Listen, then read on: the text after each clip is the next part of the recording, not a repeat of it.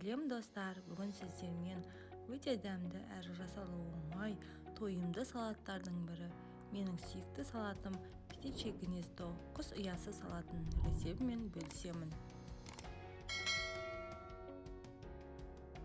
Видеоның соңына дейін қарап каналға тіркеліп, комментарий жазып, лайк басуды ұмытпаңыз.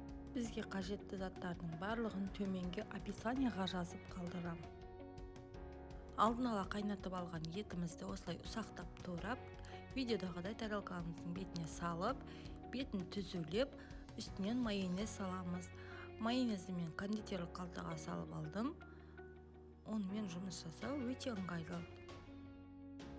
Қайнатылған картопты терканың көмегімен ұсақтап өткізіп аламыз. Және де еттің үстіне жауып, жақсылап түзулеп шығып, оның үстіне майонез саламыз.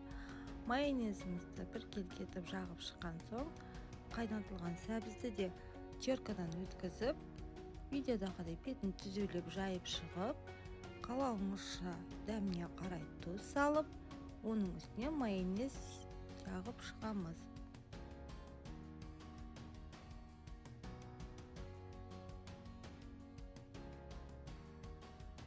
Майонездің үстінен балғын қиярымызды осылай ұсақтап турап, үстіне салатын боламыз. Оны да түзулеп, үстінен майонез жағып шығамыз.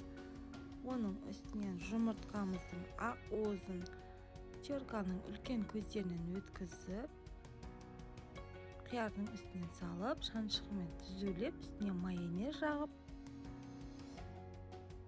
сырды теркадан өткізіп, үстінен салып, үстін түзулеп, әдемілеп шығып, оның үстінен майонезімізді жағамыз.